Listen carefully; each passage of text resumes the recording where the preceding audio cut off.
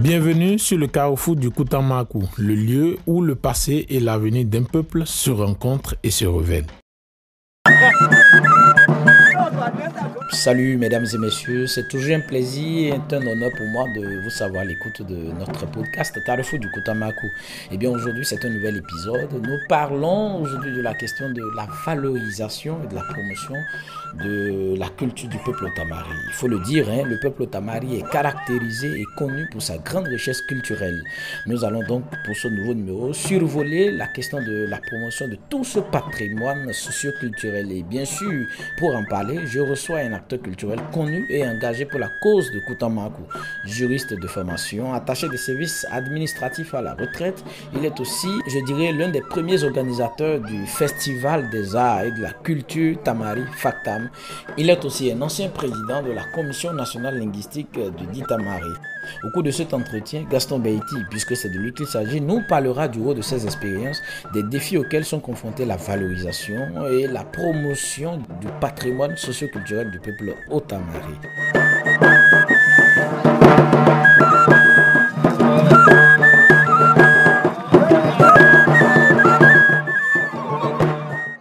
Gaston Beiti, bonjour. Bonjour, mon cher ami. Merci de me recevoir ici, même dans votre domicile à Natitengo. Vous êtes un acteur culturel du peuple Tamari. Et comme je l'ai notifié tantôt dans mon introduction, vous travaillez depuis des années à valoriser ou promouvoir notre culture. D'entrée de jeu, j'ai une question qui peut paraître futile, veuillez donc m'en excuser, mais que doit-on comprendre par valoriser la culture ou promouvoir la culture? Valoriser la culture ou promouvoir, je crois, comme le mot employé le dit là, c'est valoriser, c'est y mettre de la valeur. Il faut donner à chaque expression culturelle sa valeur, et ici sa valeur authentique. Okay. Vous l'avez dit dans l'introduction, et chaque culture a ses spécificités. Et l'objectif poursuivi ici, c'est que cette culture, on lui donne de la valeur en partant de la spécificité Haut-Tamari. Okay. Et c'est pour ça, c'est cela. Et valoriser, c'est-à-dire que c'était déjà là. Maintenant, il faut y mettre de la valeur. Et vous l'avez dit, la valeur, la culture Haut-Tamari est suffisamment riche. Aussi bien au niveau de l'artisanat, des danses et manifestations, et même l'aspect culturel que nous avons décidé à dessein lors d'un séminaire linguistique de mettre de côté. C'est-à-dire que ça reste dans le temple, que cela ne sorte pas des vestiaires et du cultuel. Ça reste sacré. Le cultuel doit rester sacré. Et qu'on aille trouver ça là-bas, au lieu que ça vienne sur la place publique. Donc nous avons des activités, des danses, des chants de danse culturels, vraiment d'une façon abondante. Ce n'est plus la peine de sortir le sacré, aller l'exposer. On a déjà assez de ressources à valoriser. On a déjà assez de ressources à valoriser plutôt que d'aller amener encore le culte, le cultuel, le sacré pour désacraliser ça. Nous voulons que notre sacré soit sacré et que notre culture, le fait culturel, les actes culturels soient valorisés et promus. Puisque vous avez parlé aussi de promouvoir. Oui. Et si nous les rendons, on va rendre ça, on va lui donner sa valeur aussi bien pour le peuple Haut-Tamari, mais aussi pour l'extérieur, les autres peuples qui nous reconnaissent à partir de notre culture. La langue, les danses, les faits, les comportements et tout ça, ça fait partie du paquet culturel que nous devons, qu'on appelle ça, nous devons valoriser et promouvoir. Okay. Est-ce qu'aujourd'hui, vous diriez que certains éléments de notre culture, certains éléments même prépondérants de notre culture sont en voie de disparition? Oui, avec la colonisation, la culture est attaquée de toutes parts. Et nos colonisateurs ont entrepris pratiquement de détruire ça pour remplacer la leur. Or, nous, on ne s'y connaît pas. Et on délaisse les nôtres pour être ce que nous ne sommes pas. Et l'autre jour, je crois, quand on parlait au micro, je disais finalement, nous sommes suspendus. On nous a dessouchés de notre culture propre pour nous amener à une culture qu'on ne connaît pas. Donc finalement, nous sommes au milieu, quoi. On est parti de nous. C'est-à-dire qu'on a délaissé notre culture en bas. Et on ne peut pas atteindre la culture des autres. Donc on est entre leur culture et notre culture. Donc on est suspendu. Les noums, quoi. Alors, c'est pour ça que nous devons travailler à retourner là-bas. Maintenant que, chemin faisant, nous avons compris que pour être nous-mêmes, il faut notre propre culture. Parce qu'on ne sera jamais nous-mêmes avec la culture d'autrui. Et c'est pour ça que nous avons entrepris. Et depuis 1978, à écrire notre culture à partir donc de l'alphabétisation. On appelait ça de masse en ce temps, parce qu'il faut alphabétiser beaucoup. C'est ça qui a conduit à la création de la Commission nationale de linguistique d'Itamari. D'autres peuples ont créé aussi, puisque nous parlons d'Itamari, de Haut-Tamari. C'est pour ça que j'insiste là-dessus. Et depuis donc 1978, notre premier séminaire a eu lieu à Bukombe, donc à cette année-là, et nous le faisons de façon qu'on appelle ça alternative, Bukombe et Natitengu, puis c'est les deux grands éléments du peuple Haut-Tamari du Bénin. Une culture, c'est un ensemble de plusieurs éléments. Et en considérant la culture du peuple Haut-Tamari, quels sont les leviers sur lesquels aujourd'hui nous devons nous appuyer dans cette démarche de promotion culturelle? C'est une question d'organisation. Et c'est pour ça que je parlais pour relancer l'écriture ou bien pour entreprendre. Parce que notre peuple est oral. C'est l'écriture orale, on n'écrit pas. Et l'autre nous a appris à écrire. Et nous pensons que plus on écrit, plus on conserve les éléments essentiels de la culture. Donc c'est pour ça que nous sommes lancés dans l'écriture. Et en créant la commission linguistique du Tamari en 1978, comme je l'ai dit, l'accent a été mis sur l'alphabétisation et de tous, et de celui qui allait à l'école et de celui qui n'est pas allé à l'école. Donc nous avons voulu marcher sur ça pour propulser donc l'écriture et donc élargir l'aspect culturel. Donc vous voyez l'alphabétisation comme un levier principal sur lequel il faut nécessairement. Nécessairement. Et c'est pour ça que je disais tantôt qu'avec l'écriture, on peut consigner les faits culturels, les activités, tout ce que nous avons comme activités culturelles, tout ce que nous avons comme ça, on peut consigner ça. Alors que nos parents, ils transmettaient ça par voie orale.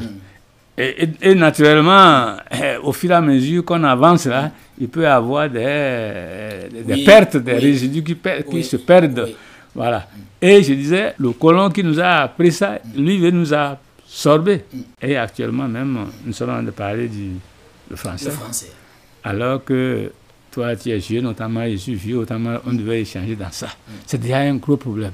C'est pour ça qu'un des leviers, là, c'est l'aspect, c'est l'alphabétisation de masse. Et on appelle ça de masse, ça dit ça concerne tout le monde, y compris... Il faut que ça atteigne un grand nombre de personnes. Il faut que ça atteigne un grand nombre. Et à l'étape actuelle, je le disais aussi, en deux temps, comme...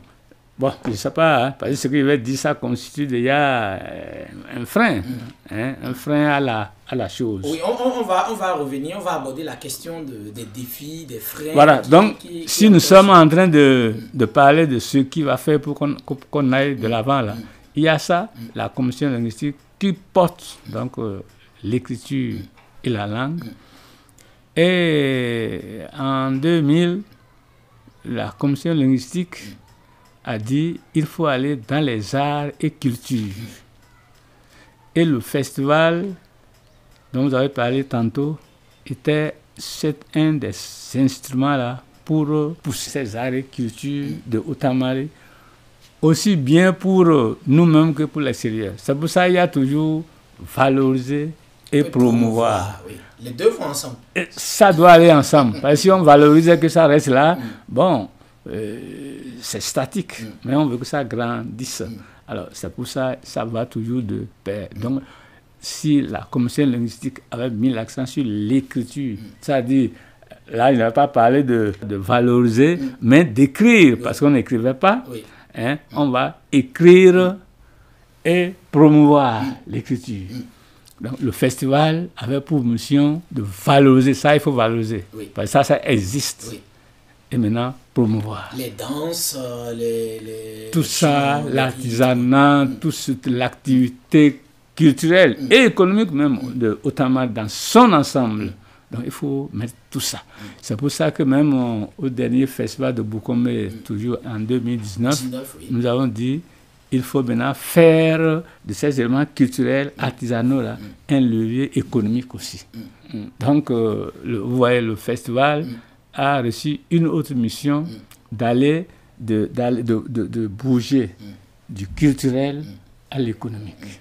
Oui, mais ça rime bien avec les réalités du monde actuel, puisque aujourd'hui, il y a les industries culturelles et créatives qui se développent. Absolument. Et nous voulons aller dans ce sens-là. En même temps que nous voulons nous soustraire des éléments, qu'on appelle ça, de colonisation qui nous plombent là, mais on est obligé d'emprunter... Oui, mais c'est bien cela la mondialisation. C'est cela. Et c'est ce que vous êtes en train de faire là. Parce que maintenant que nous sommes en train de parler dans ma case ici, d'ici 2003, là, les gens vont entendre ça à New York, et puis, etc. Nous, on n'avait pas ça. Et il faut utiliser ça. Ça va être encore un moyen, c'est un autre levier là, pour, comment on appelle ça, valoriser et promouvoir. Il faut aller toujours les deux. Les deux ensemble. Ah oui, il faut toujours aller avec les deux. D'accord. Alors, dans cette démarche de promotion culturelle, est-ce qu'il n'y a pas un risque de dénaturer la culture, l'essence même de notre culture? Tout va de pair. Déjà, avec la colonisation dont je parlais, là, ça nous a fait oublier beaucoup de choses. Au point de vue, comment on appelle ça, artisanal, culturel, économique, tout ça. Tout ça, c'est des choses qui nous traînent derrière. En même temps qu'il faut aller de l'avant. Donc, c'est un problème. Et ça devient un problème d'engagement. Parce que si on n'est pas engagé là, on ne peut pas surmonter les difficultés qui entravent. Donc, la promotion, la volonté de promouvoir, la volonté de valoriser, de promouvoir, là, il y a beaucoup d'handicaps. Les handicaps, là, c'est l'effet, qu'on appelle ça, coloniaux, là, qui ont fait que nous avons préféré l'extérieur plutôt que ce qui est de nous. Oui, ce qui est endogène. Ce qui est endogène. C'est un gros problème. Et pendant longtemps, nous sommes restés là. Nous sommes d'une génération très loin de la vôtre, là. Et je disais l'autre jour, quand on discutait à bâton rompu, là, que si on ne se comporte pas comme le blanc, on est complexé. On est complexé. Il n'y a pas de la valeur. Pour avoir la valeur, là, il faut se dire, je suis ci, je suis ça, par rapport à l'Occident. C'est-à-dire, je sais parler français, je sais bien écrire, je peux faire ci, je peux faire ça, et j'ai ci, j'ai ça. Sans ça, ça dit que même en ce temps-là, danser, et exécuter sa propre danse, là, devenait une honte, un complexe. Et il faut faire, et ça nous avons organisé ça. Il faut faire les balles de samedi soir, ou bien les subbus, pardon, on appelait ça, avec les musiques étrangères, et puis bon, là, ça veut dire qu'on tue pour nous, là. Et on élève pour les autres de façon inconsciente. C'est cette conscience qui est venue maintenant, à partir de 1978, là, et 2000. Et 2019, 2000 étant la naissance du Festival des Arts et de la Culture, donc pour valoriser pour la culture, et 2019 pour orienter ces arts et cultures-là vers l'économie. Vers l'économie, merci beaucoup. C'est les grandes étapes de Haut-Amar que je sais, parce que j'ai participé à toutes ces activités-là, étant déjà majeur. Voilà. Avec les grands frères, tout à l'heure vous avez parlé de l'autre jour du professeur Cousset-Noël, Nata Théophile, malheureusement, les Nachikou, Pascal Rigoubert, j'en parlais tantôt. et beaucoup d'autres. Oui. Le colonel. Le professeur Antoine. Le professeur, j'oubliais le monument de la chose. Parce que pour l'écriture, il a vraiment contribué beaucoup à faire avancer l'écriture. Et l'artisanat, avec son épouse étrangère, a travaillé beaucoup dans les années, disons, 80, vraiment à promouvoir l'artisanat. Malheureusement, elle est partie et on n'a pas pu relever ça. Tout ça, c'est des handicaps. C'est des handicaps. Ouais. Alors, nous sommes à une ère où la mondialisation est très favorisée par les développements technologiques. Et malheureusement, cela, en plus de la colonisation, cela vient encore appuyer l'extension des cultures occidentales notamment. Alors, aujourd'hui, face à notre culture, vous voyez le numérique comme une menace ou une opportunité? Une opportunité, d'abord. Menace là, on a déjà vu, et vous avez dit ça tout à l'heure, ça fait que nous sommes envahis par l'Occident, mais il faut lutter, il faut survivre. Et si nous luttons, si nous nous mettons ensemble pour lutter là, on va emprunter la même voie pour nous faire valoir sur le plan international. De ce point de vue, c'est une opportunité. C'est une opportunité. Voilà, si on la saisit très bien, et c'est ce que vous êtes en train de faire là. Voilà. Là, s'il n'y avait pas ça, il l'a dit tantôt, on va parler ici à Kilmina, et puis ça s'arrête là. Ça s'arrête là, oui. Avant, les moyens de communication, c'était justement ces échanges culturels là, au sein du Kutamargo. Ce n'était pas aussi vaste. Donc, l'artiste Otamare, là, quand il chante à Perma, donc c'est ceux qui étaient à Perma qui apportent ça à Boukombe et vice-versa. Ce n'est pas qu'il est assis à Perma que les gens l'entendent à Boukombe, comme c'est aujourd'hui. Donc aujourd'hui, nous parlons en Tengu, les gens vont nous entendre non seulement à Boukombe, à Perma, mais un peu partout dans le monde jusqu'à New York. Donc de ce point de vue-là, c'est une opportunité. Maintenant, si nous ne la saisissons pas, ça va devenir une menace. Pourquoi? Parce que si on ne saisit pas, on reçoit et on ne donne pas. Et si on reçoit, ça éteint notre culture. De ce point de vue-là, ça devient une menace. Donc, et ça répond au principe que je disais au départ, là, ça va toujours de pair. Et c'est pour ça qu'il faut travailler de telle sorte que le positif domine le négatif. Et c'est ça, on dit, on a promis notre culture. Ce n'est pas qu'il manquera de déchets. On ne peut rien faire pour qu'il n'y ait pas de déchets. Il y en aura, mais il faut les minimiser. Gaston Behiti, merci beaucoup. Voilà. On va bientôt terminer. Quel est votre mot de fin? Mon mot de fin, je vais dire tout simplement merci. Et je vais, à travers vous, encourager les jeunes de notre communauté à chercher, à fouiller, à travailler. Il y a du travail. Ça là, c'est peut-être pas immédiatement profitable matériellement, mais c'est immédiatement profitable au plan spirituel, au plan social, au plan... Et ça va revenir au plan matériel. Donc ça va de pair, comme j'ai dit. Et quand on n'a pas le courage de s'impliquer, alors on est sur place et on est envahi.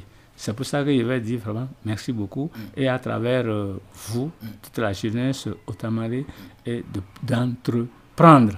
Et entreprendre aujourd'hui, c'est à tout point de vue. Voilà, ce que vous êtes en train de faire, c'est une entreprise. Et beaucoup d'autres pour permettre donc à la culture d'évoluer.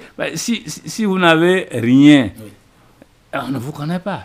Non, il faut qu'on vous connaisse culturellement, mais vous êtes aussi visible économiquement. Ça va toujours de pair. Donc si j'ai un mot de fin, c'est vraiment pour vous dire du courage. Et à travers vous, toute la jeunesse de notre communauté, la communauté Otamare.